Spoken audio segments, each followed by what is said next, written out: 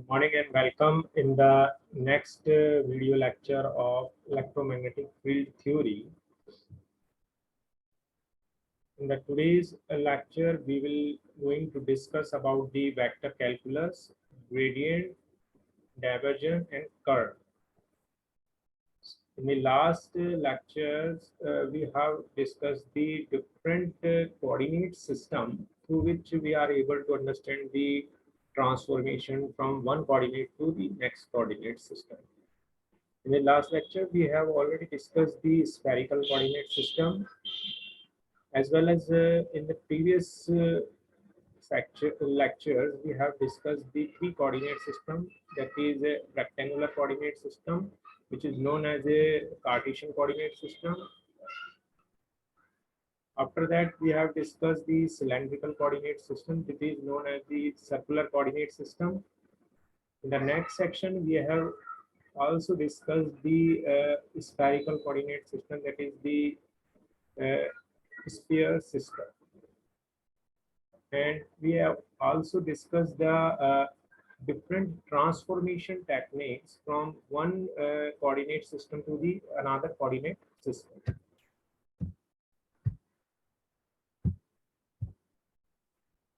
Today's lecture content is the vector calculus, gradient, and divergence, and curve. So today we will learn about the vector calculus, gradient, and divergence, and curve. Previously, we have discussed the vectors and the dot product, cross product, and the basic phenomena of the vector or unit vectors. The prerequisites for the lecture is vector calculus, complex variable, dot product, cross product, differential calculus. So it is the prerequisite for this lecture. Student will able to solve the vector related problems and the cross product, dot products. They are able to understand the conversion techniques, Cartesian and spherical and the cylindrical coordinate system. They are able to understand quite about the coordinate system. Without coordinate system, you are not understand the gradient, divergence, and curve. Course is focused on the foundation of the electromagnetic field theory. The learning objective of this lecture is on the completion of this lecture, student will be learn vector calculus, gradient, divergence, and the curve. There are interpretation between the gradient, divergence, and curve. They are able to understand the basic concept of the divergence, curve, and the gradients. They also learn the physical interpretation as well as the properties of the gradient, divergence, and the curve. Now, the textbook of this video lecture is shown in the slides, and the other recommended book is given in the slide. And textbook is the Matthew and O. Sadiki. It is a very important book for the electromagnetic course. Those who want to learn the electromagnetic, so you just follow this book or try to read this book, and watching this video, you will able to interpret the curve, divergence, and gradient. Outcome of this video lecture is that student will be able to understand the vector calculus, gradient, divergence, and the curve. They also learn the properties of vector calculus, gradient, and divergence, and curve. Now we have the line integral of vectors. Certain parameters in the electromagnetics are defined in terms of the line integral of a vector field component in the direction of a given path. The component of a vector along a given path is found using the dot product. We already discussed the dot product of the vectors in the previous lectures. Line integral of the vectors. The figure shows that the line integral of the vector, uh, we have a line in the direction of the unit vector AL, and figure shows the vector A, and differential length is the DL. So we have to calculate the line integral of differential length DL. The resulting scalar function is the integrate along the path to obtain the desired result. The line integral of the vector A along the path L is then defined as integral L dot dl. The line integral of a vector A along the path L is then defined as A dot dl. So integral L is the A dot dl. From the figure, you are able to understand the concept of line integral of the vector. So this is the equation number 1. dl is equal to the vector in direction, unit direction AI into dl. AL is the unit vector in the direction of the length or incremental length. DL is the differential element of the length along the path L.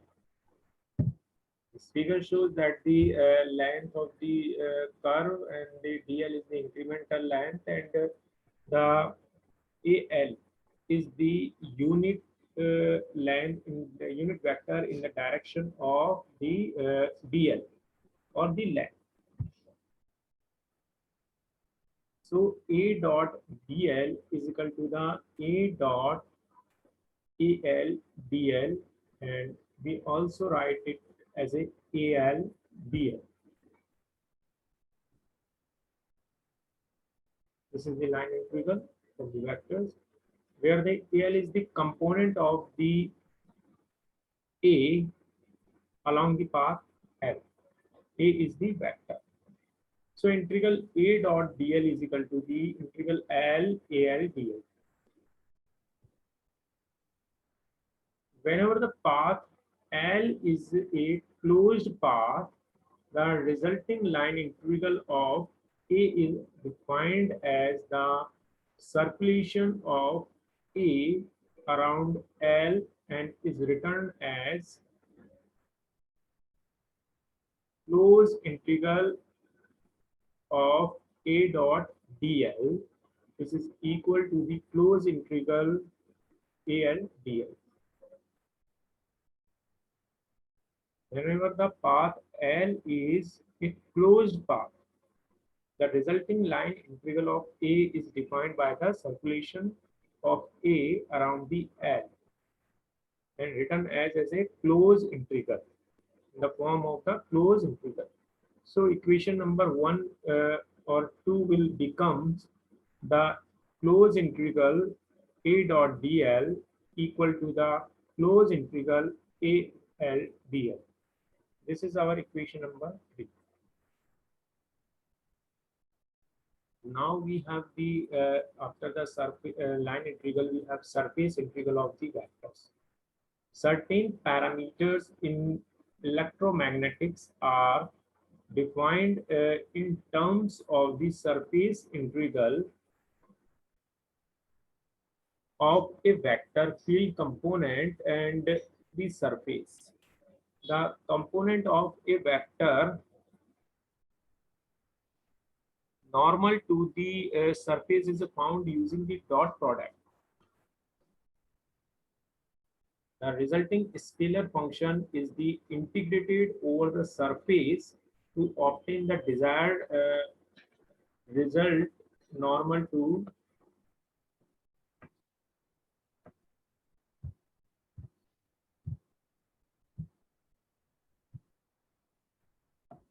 to the surface integral of the vector A over the surface S, also called the flux of A through S, is then defined as double integral of surface A dot S. Figure show that the surface integral of A over the S. This is the surface integral over the S of A. Vector A is shown, and the unit vector An is the normal to the surface, that is the An, and ds is the surface,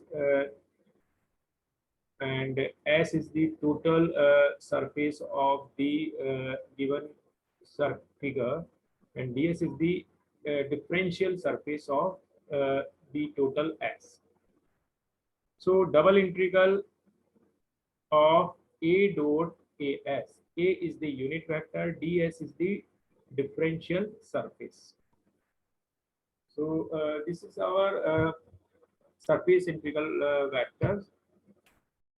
Here, the interpretation of the each term is shown that the ds is equal to the an ds.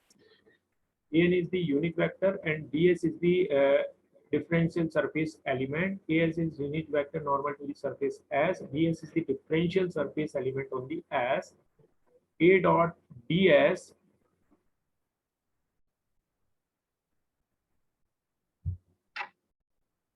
equal to the A dot A and ds equal to A and ds, because A and ds is equal to the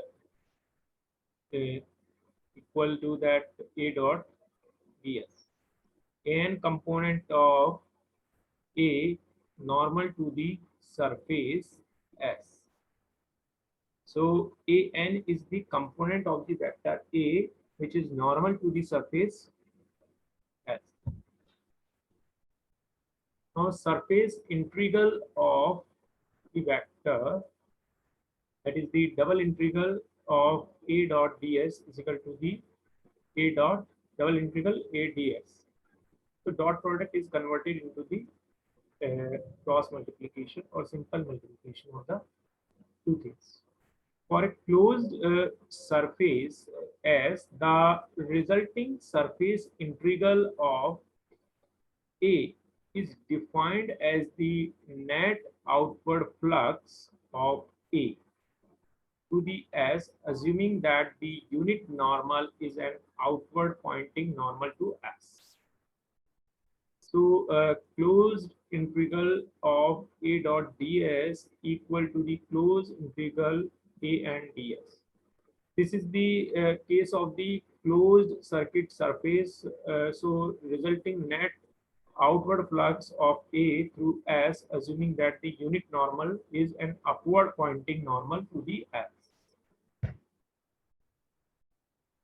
Next, we have a important interpretations in the vector calculus, that is the gradient, which is a very important topic in the electromagnetic field theory. It is a very versatile applications in the designing or in the calculation of the electric field vectors and magnetic field vectors.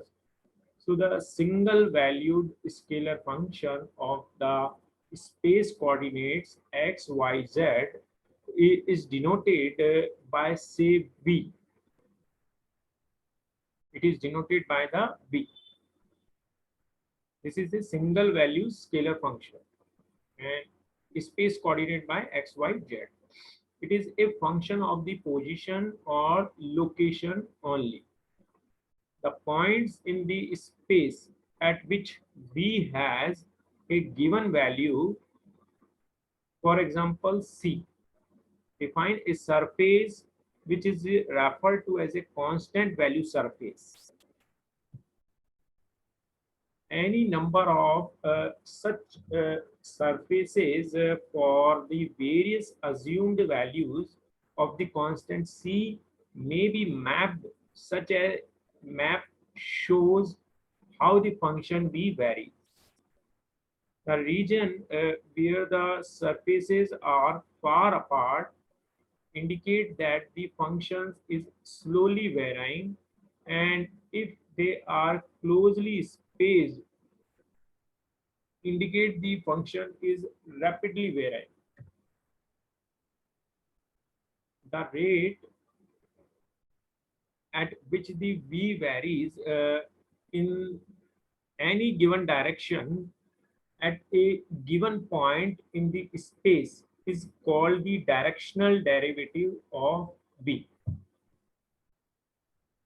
Understand? The rate at which the v varies in any given direction at the given point in the space is called the directional derivative of the gradient. Can be seen that the directional derivative of v is maximum at a given point if the derivative is the taken in the direction normal to the constant value surface passing through that point, because the distance between the neighboring surfaces are small in the normal direction.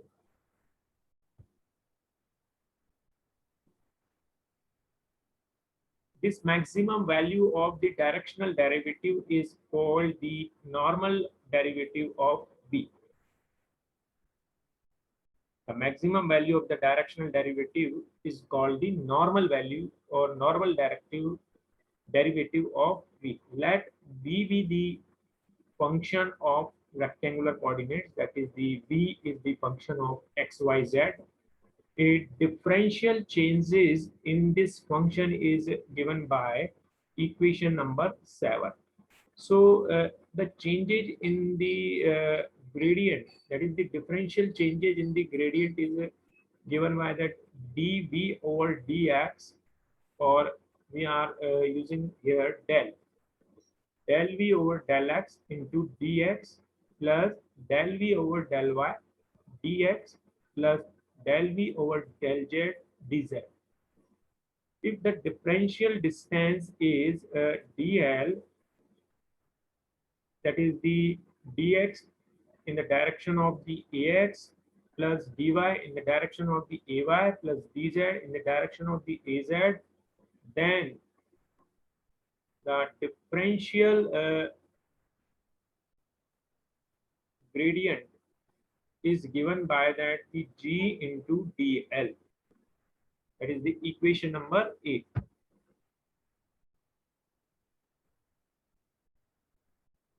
Next, further we have the next formula of the gradient, that is the changing in the gradient. Differential gradient is the dv is equal to the del v over del x in the direction of the ax plus del v over del y in the direction of the ay plus del v over del z in the direction of az. That means g is the gradient is the multiplied with the dl differential line. So this will become that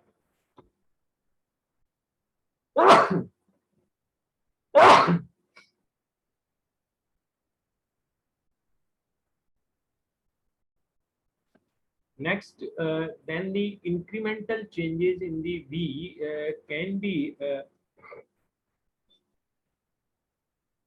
written as, that is the dv equal to the z mod of the g into mod of dl cos theta. This is the equation number 10, where theta is the angle between the g and the length vector dl.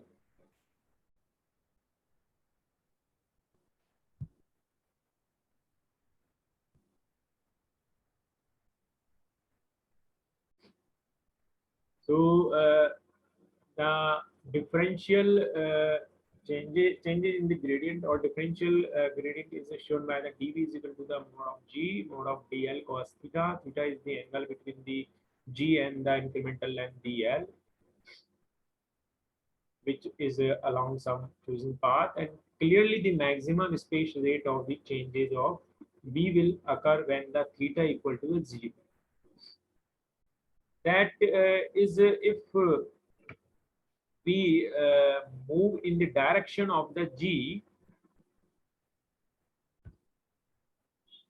the direction in which the maximum space rate of change of the V takes place is called the gradient of V. Usually the gradient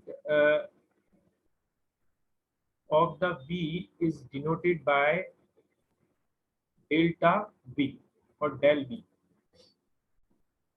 Movement along the lines of the constant V result in the no change in the V or dV equal to the 0. This shows that the G is equal to the del V is the normal to the constant V surface.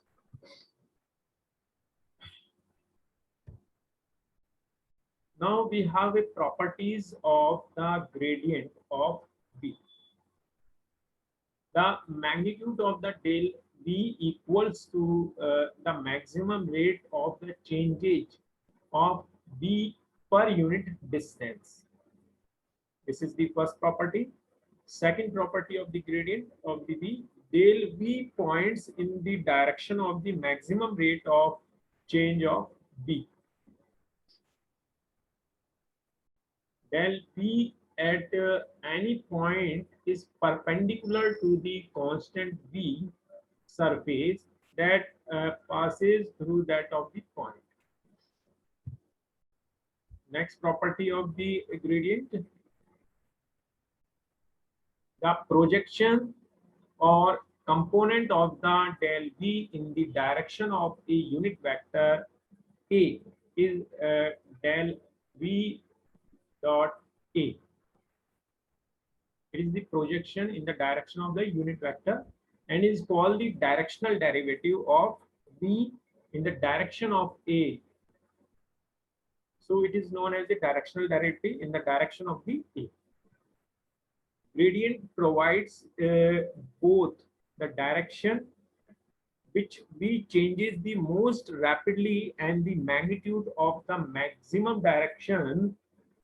directional derivative of V. And the last property of this is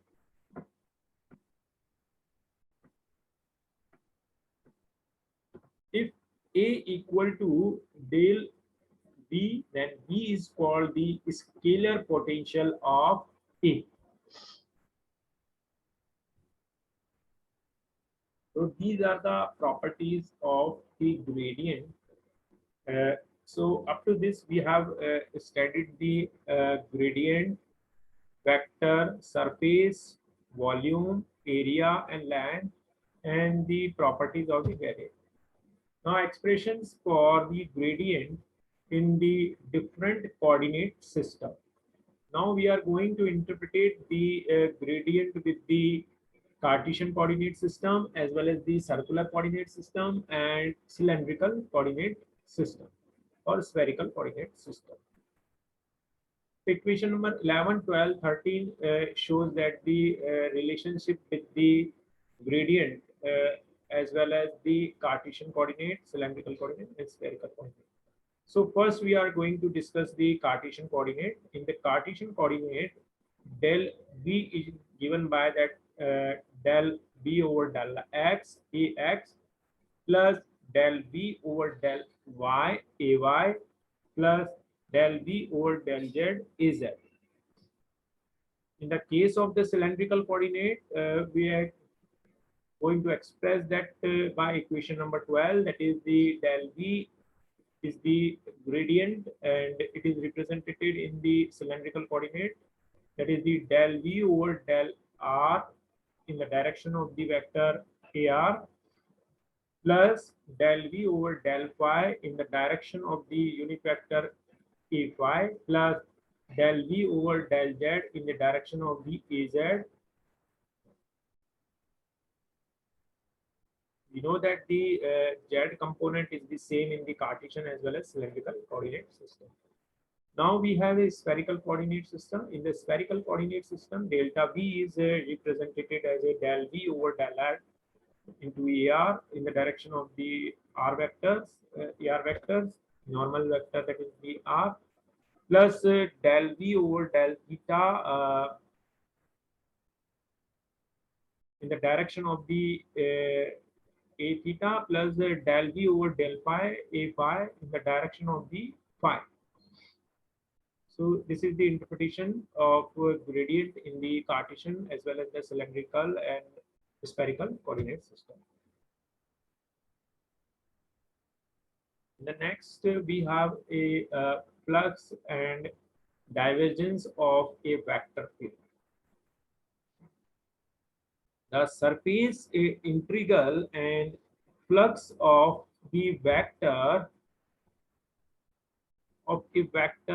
field, that is the a closed surface is a boundary which divides a volume into two parts, in an inside and an outside. The surface itself is unbounded. Means a closed surface is a boundary which divides the volume into two parts. One is inside and second one is outside. The surface itself is unbounded. So it is the closed surface. We are assuming this closed surface as a volume.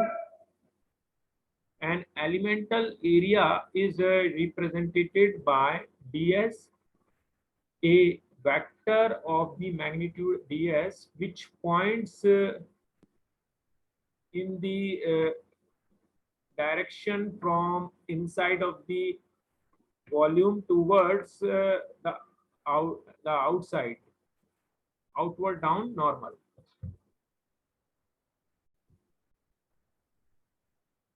Now an open surface is one which is the bounded by a curve. The page of a book is an open surface. The page of a book is an open surface because it is bounded by a curve. The magnitude of the area is ds, and the normal is the one of the two normal.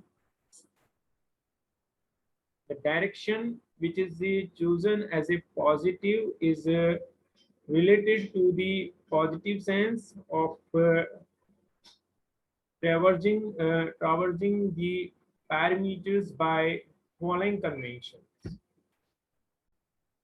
If a right hand screw is turned in such a direction as the follow in general the positive sense of the perimeter, then the screw will advance in the direction of positive normal to the surface.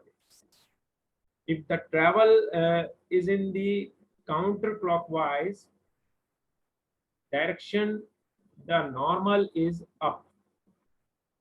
If clockwise, then direction normal is down.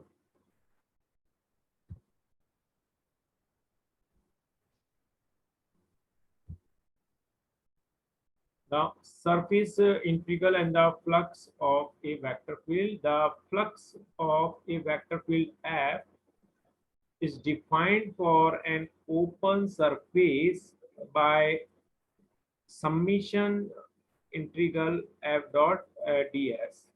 For a closed surface, the flux is defined as closed integral F dot ds.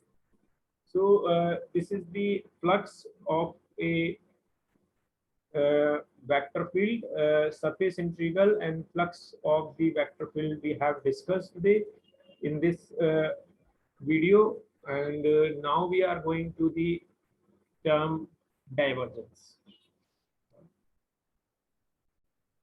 The divergence of a vector function f at a point is defined as the divergence of a point is defined as the delta dot f equal to limit b tends to 0 bracket 1 upon b, again small bracket close integral f dot ds small bracket closed and big bracket. This is the equation number 14 for the divergence of a vector function f at point is defined as. The expression for the divergence in the Cartesian coordinate system. So we have again the representation of the divergence in the Cartesian as well as the different coordinate system. So first we have discussed the Cartesian coordinate system as well as the representation of the divergence in the Cartesian coordinate system. So del dot D equal to the del D over del X plus del D over del Y plus del D over del Z. So divergence is not give the unit vector direction. So equation number 15 shows that the Cartesian coordinate representation of divergence. In the other two coordinate system, the cylindrical coordinate system represent as a divergence, that is the del dot D equal to the 1 upon R del R dr upon del phi plus 1 upon R del d phi over del phi plus del dz over dz. This is the relationship between the divergence and the cylindrical coordinate systems. Now we have next and further important relationship between the spherical coordinate system as well as divergence. So del dot D is the divergence and it is represented as 1 upon R square del R square dr over del R plus 1 upon R sine theta del d theta sine theta upon del theta plus 1 upon R sine theta del d phi plus upon del phi. So equation number 16 is showing that the spherical coordinate system for a divergence.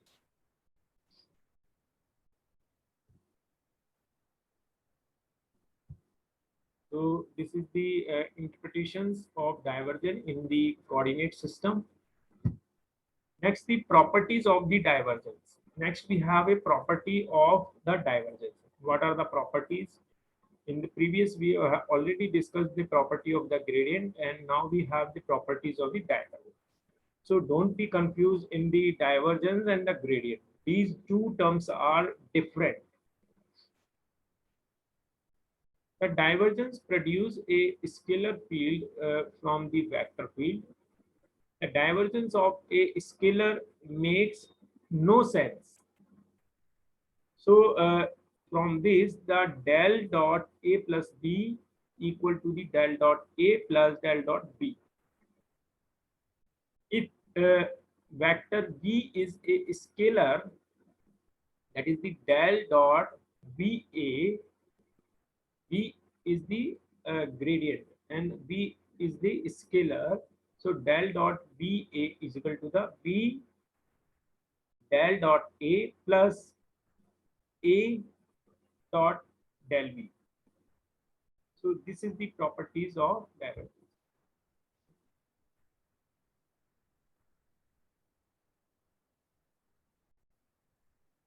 Now we have the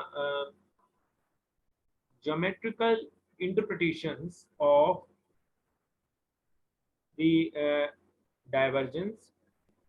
The del dot D is a measure of how much the vector D spreads out. From the point questions, the vector function A has a large positive divergence at the point if the large number of the arrow are spreading out. If the arrow points in, it would be a large negative, the divergence, And on the other hand, if the lines are parallel and uniform, then the divergence is 0.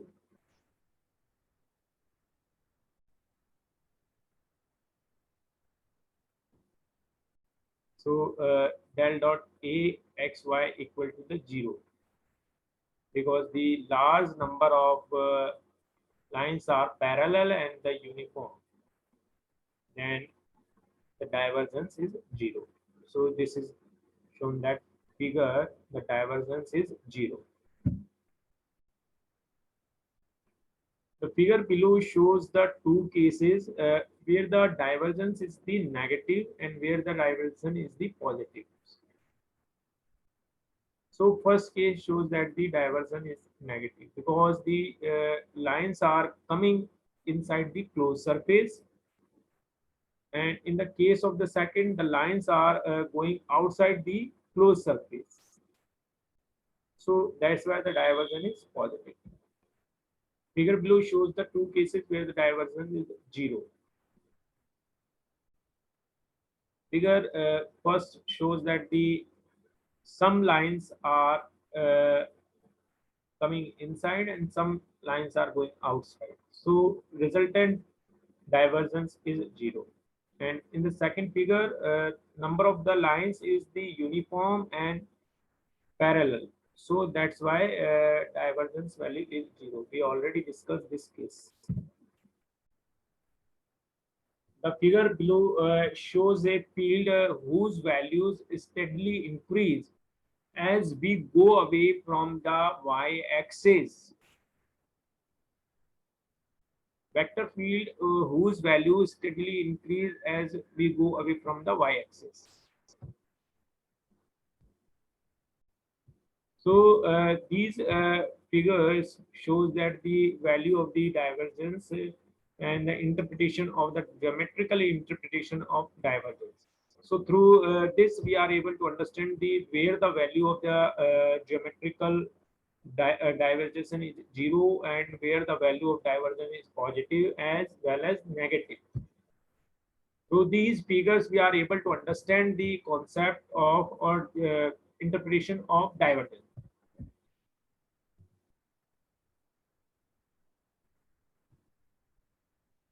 The vector field in the above figure is given by that the f mod x ax, the divergence of which is 1.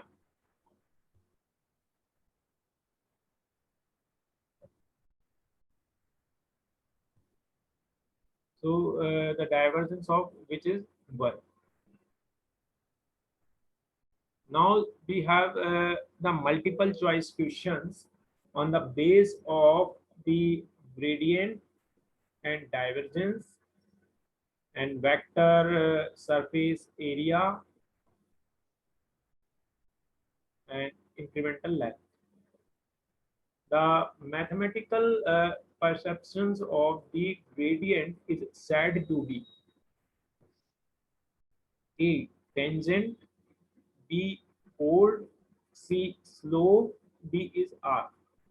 The explanation of this question is that the gradient is the rate of the change of space of the flux in the electromagnetics. This is the analogous to the slope in the mathematical. So correct answer of this question is slope, C. Question number 2, the divergence of the gradient of a vector function is equivalent to. There is the four option: A. Laplacian operation, B. Curl operation, C. Double gradient operation, D is the null vector. Divergence of gradient V equal to the del square V, which is the Laplacian operation. A function is said to be harmonic in the nature when its the Laplacian tends to 0.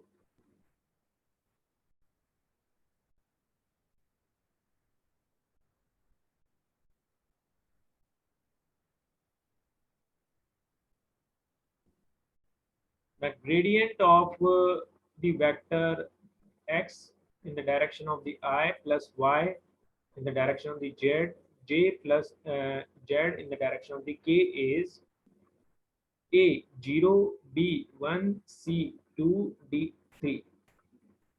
These four option is given in the question number third. So the explanation of this question is the gradient is the 1 plus 1 plus 1 is equal to the 3. In the other words, the gradient of any position vector is 3.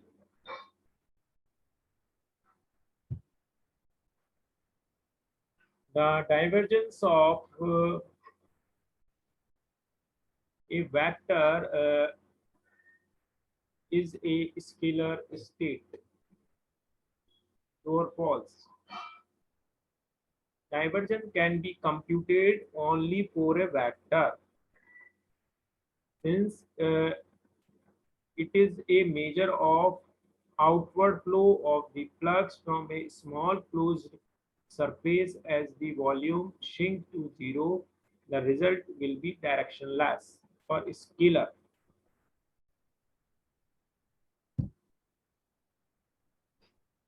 Find whether the vector is the solenoidal, that is the E equal to the YZ I direction plus XZ in the J direction plus XY in the K direction.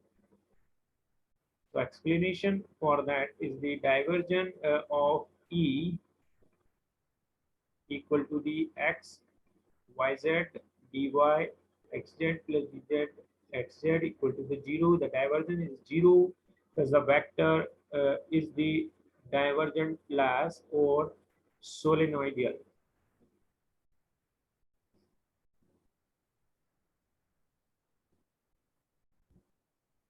Identify the nature of the field if the divergence is 0 and curl is also 0.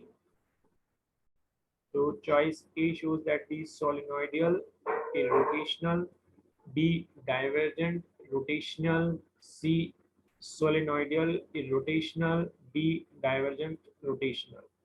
So explanation of this question is that since the vector field does not diverge, moves in a straight path, the divergence is the 0.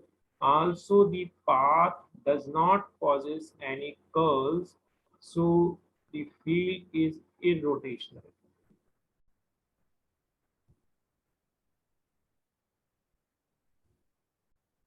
Next question, the curl is defined as the angular velocities at the every point of the vector field and the straight and truth.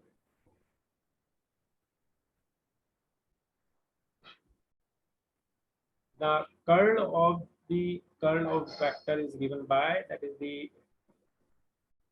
given the four option. The explanation is the curl into curl vector V equal to the gradient or divergent V, or it is equal to the del square V is the standard result of the curl operation. Which of the following theorem use the curl operation? A. Green's theorem, B. Gauss divergence theorem, C. Stokes theorem, D. Maxwell equation.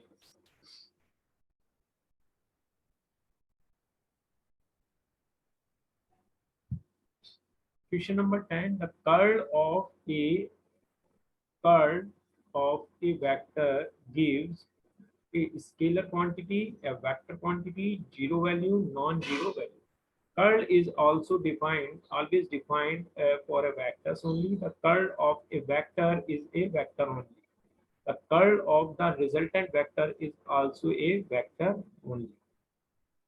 So these are the 10 multiple choice questions on the divergence, gradients, and curl.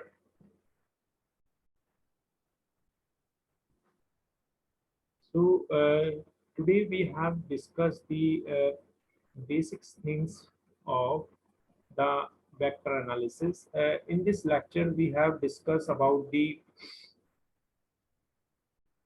gradient, properties of the gradient, and interpretation of the gradient in the coordinate system, three coordinate systems. In the next section, we also discuss the divergence and we also discuss the property of divergence, and in the last we have discussed the interpretation of the divergence in the coordinate three coordinate system. In the starting, we have also discussed the some integral and definition of the vectors for distance as well as the surface area. In this lecture, we have also discussed the flux and the interpretation of the flux, gradient, interpretation of the gradient, and the relationship of the flux with the gradient and the divergence, surface integrals of the vectors, surface integral of the vectors, line integral of the vectors. We have discussed this.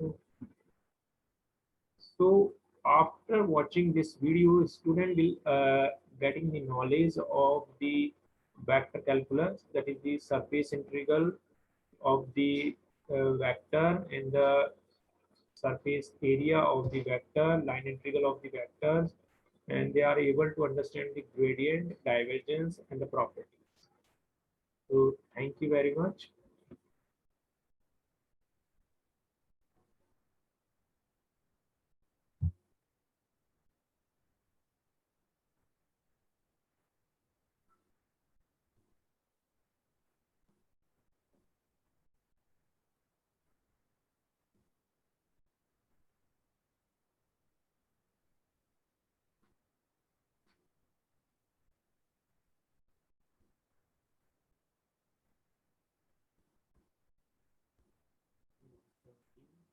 These are the multiple choice questions.